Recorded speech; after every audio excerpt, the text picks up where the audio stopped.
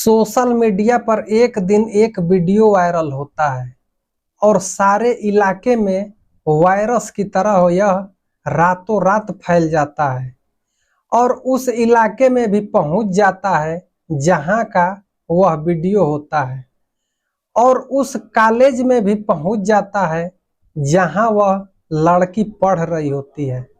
जिस लड़की का वह वीडियो रहता है, एक लड़की अपने मोबाइल फोन में चलाने लगती है। जब यह लड़की देखती है कि यह तो हमारे ही कॉलेज की लड़की है और हमारे ही क्लास की है, फिर वह उस लड़की से पूछती है कि क्या यह तुम्हारी वीडियो है। तो लड़की बिल्कुल नॉर्मल जवाब देती है, कहती है कि हाँ, यह वीडियो मेरी है। फिर वह लड़की कहती है कि इसमें तो लगता है कि तुम्हारे पिताजी तुम्हारे साथ हैं। फिर भी वह लड़की बिल्कुल नॉर्मल तरीके से यह बात को कहती है कि हाँ, यह मेरे पिताजी हैं। बाकी जो वीडियो में जो हरकत हो रही थी, जो अश्लील हरकत हो रही थी, जो काम हो रहा था, एक बाप बेटी के रिश्ते को शर्मसार कर देने वाला था। एक बाप बेटी के रिश्ते के बीच ऐसा कुछ हो जाता है, वह लड़की सोचती है और चौंक जाती है और बदहवास सी हो जाती है कि आखिर ये ऐसा क्यों बोल रही है और इतनी नॉर्मल क्यों है। उस लड़की को मानो कोई फर्क ही नहीं पड़ता है, कुछ उसको जैसे लग रहा है पता ही नहीं है, बिल्कुल नॉर्मल रहती है। आखिर यह ऐसे क्यों बोलती है, सब कुछ जान के जैसे अनजान बन रही है। तो इस घटना को जानने के लिए वीडियो को पूरा देखिएगा।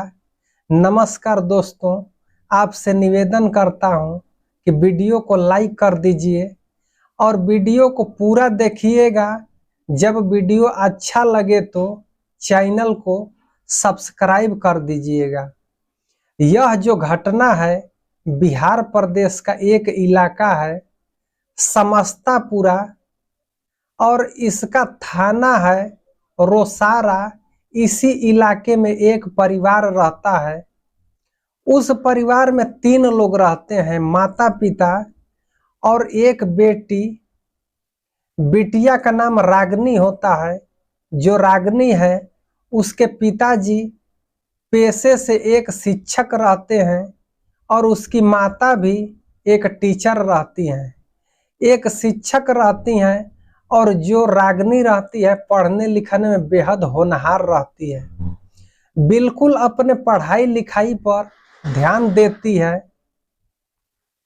बाकी उसके साथ कुछ ऐसा होता है, एक दिन अपने माँ से कहती है कि उसकी माँ सुबह सुबह तैयार होके अपने स्कूल के लिए निकल रही होती है, पढ़ाने के लिए जा रही होती है, बच्चों को शिक्षा देने के लिए जा रही होती है।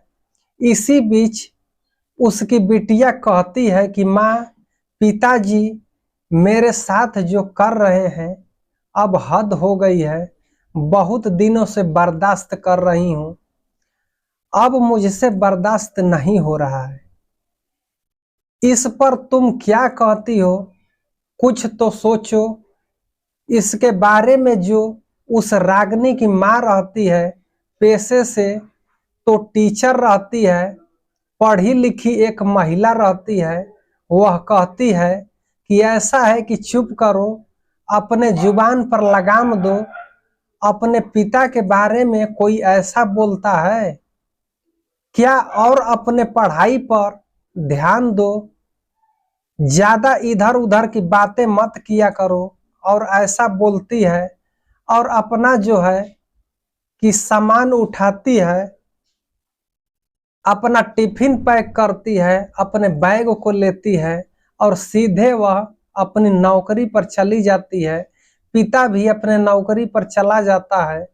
बाकी अब इस लड़की के साथ आखिर ऐसा क्या हो रहा था कि अपने माँ से बताती है, माँ तो सुनती नहीं है। धीरे धीरे समय गुजरने लगता है और इसके बाद यह जो लड़की रहती है, इसके साथ बार बार वही चीज दोहराई जा रही थी। दरअसल जो यह रागनी रहती है, इसका जो पिता एक पेशे से शिक्षक रहता है, जब भी उसकी स्कूल की छुट्टी हो जाती या जिस दिन वह घर पर रहता है, इस लड़की के साथ एक पति पत्नी जैसा व्यवहार करता है। इस लड़की के साथ इस लड़की का रेप करता है, एक तरह से इसके साथ जोर जबरदस्ती करता है, इसके साथ बलात्कार करता है। इसका और लड़की बार बार इस चीज का विरोध करती है कि पिताजी ऐसा करना नहीं चाहिए, जो आप कर रहे हैं वह ठीक नहीं है। बाकी जो शिक्षक रहता है वह मानता नहीं है, वह करतूत जो करता रहता है, उसकी जो लत लगा रहता है उससे बाज नहीं आता है। लगातार वह सिलसिला एक बार शुरू हो गया तो फिर होता ही रहता है, समय गुजरता रहता है। जब यह लड़की परेशान हो जाती है तो अपने माँ से कहती है, बाकी माँ सुनती नहीं है। इसके बाद एक दिन हिम्मत करती है और सीधे वह थाने पहुंच जाती है। इस थाना रोसारा में जब थाना में पहुंचती है तो वहां जाकर एक पुलिस वाले से कहती है कि मुझे एफआईआर दर्ज करानी है, वह भी अपने पिता के खिलाफ। जब उसके पिता का नाम वह पुलिस वाला सुनता है, उसके बाद वह एफआईआर ही दर्ज नहीं करता है और उस लड़की को डांट के भगा देता है, क्योंकि जिस नाम का वह आदमी को बताती है, लोग उसको बड़े भैया के नाम से पुकारते हैं। उस एरिया में बड़ा ही उसका रुतबा रहता है, बड़ा ही उसका नाम रहता है। जब बड़े भैया का नाम लेती है तो जो पुलिस वाला रहता है उल्टे लड़की को ही डांटता है, कहता है कि तुमने सोचा कैसे उनके बारे में, वह तो सबके मसीहा हैं, सबके जो साथ चलने वाले हैं, सबके दुख सुख में रहने वाले हैं। उस व्यक्ति के खिलाफ तुमने एफआईआर दर्ज कराने की हिम्मत कैसे की। और उसको फटकार लगा के पुलिस थाने से घर भेज दिया। लड़की घर आती है, ना माँ सुन रही है, ना ही प्रशासन के लोग सुन रहे हैं। अब वह कहे तो किससे कहें। अब उसके साथ रोज उसका यौन शोषण हो रहा था और इस चीज को वह कई महीनों तक बर्दाश्त कर रही थी। बाकी इस चीज से वह जब उब जाती है कि एक हमारा पिता आखिर मेरे साथ ऐसे कब तक हैवानियत करेगा, कब तक दरिंदगी करेगा। ना ही प्रशासन सुनने को तैयार है, ना ही घर वाले सुनने को तैयार हैं। इसके बाद एक दिन अपने मामा से कहती है, जिसका नाम अजय होता है, अजय को फोन करती है और अपने पिता के खिलाफ जो उसके साथ उसके पिता करता है वही लड़की रागनी अपने मामा अजय से बताती है कि मामा जी हमारी बात को सुन लीजिए, मेरी बात मेरी माँ सुन नहीं रही है। मैं थाने भी गई थी, बाकी पुलिस वाले भी नहीं सुन रहे हैं। कम से कम एक माँ लगता है तो माँ कहा जाता है और 2 बार माँ लगता है तो मामा बनता है। आप तो हमारे पीड़ा को समझेंगे, आप तो हमारे दुख को समझेंगे। हमारे साथ बहुत बड़ा घिनौना कांड हो रहा है, बहुत बड़ा जो है कि हैवानियत हो रही है, दरिंदगी हो रही है। जो मेरे पिताजी हैं पिता कहलाने के लायक नहीं है। वह मेरा रोज यौन शोषण करते हैं और रोज मेरे साथ संबंध बनाते हैं, और जब मैं उनका विरोध करती हूँ तो मुझे धमकी देते हैं, मारने की धमकी देते हैं और मारता भी है। माँ सुन नहीं रही है, मैं कहूँ तो किससे कहूँ। जब यह बात उस लड़की का मामा जब सुनता है तो वह भी एक बार फटकार लगाता है। उस लड़की रागनी को कहता है कि ऐसा है कि आज के बाद अपना मुंह बंद रखना, अपने घर की इज्जत तुम नीलाम कर रही हो। जिसके इज्जत के डंके पूरा एरिया में बज रहा है, जिसके रुपए का बोलबाला हो, तुम उसके खिलाफ ऐसी बात कर रही हो। आखिर तुमको कौन चढ़ा दिया है? तुम्हारे कान कौन भर दिया है? अब लड़की एक बार फिर हार जाती है, उसका सुनने वाला कोई नहीं रहता है। फिर एक तरकीब उसके दिमाग में आती है। एक मोबाइल फोन को ऐसे जगह पर फिट करती है जहां पर उसका सोने का स्थान होता है, जहां की उसके सोने का बेड होता है। कैमरे को सेट करती है। उसके बाद एक दिन बीतता है, 2 दिन बीतता है, बाकी एक दिन उसका पिता उसके पास आता है। और जब उसके पास आता है तो इतनी घिनौनी और इतनी खौफनाक काम करता है।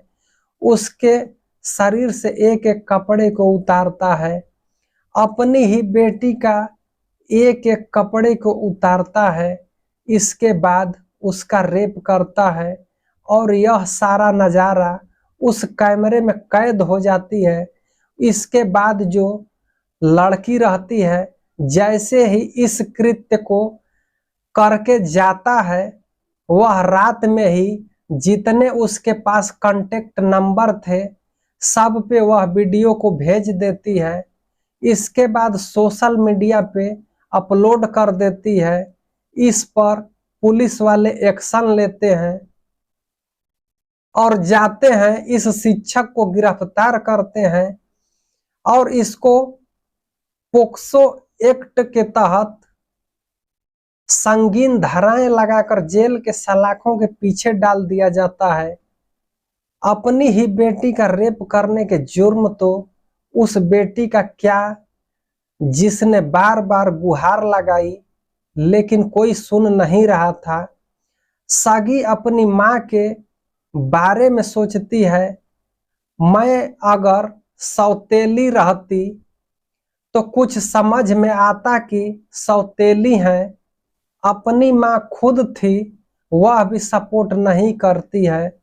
अपने खुद की माँ सपोर्ट नहीं करती है, पुलिस वाले भी सपोर्ट नहीं किए।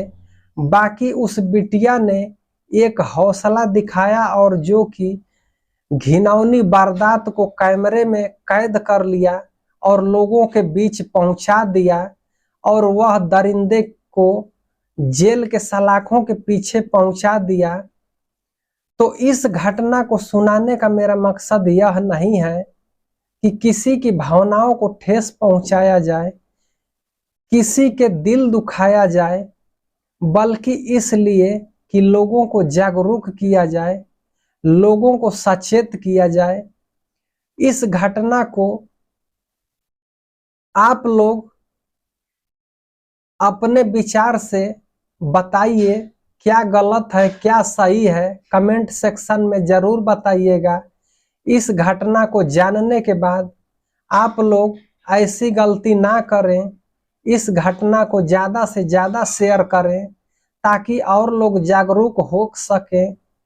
और आप लोग अपना ख्याल रखें, अपने परिवार का ध्यान रखें, अपने बच्चों का ध्यान रखें। दोस्तों, मिलते हैं किसी और वीडियो में। धन्यवाद।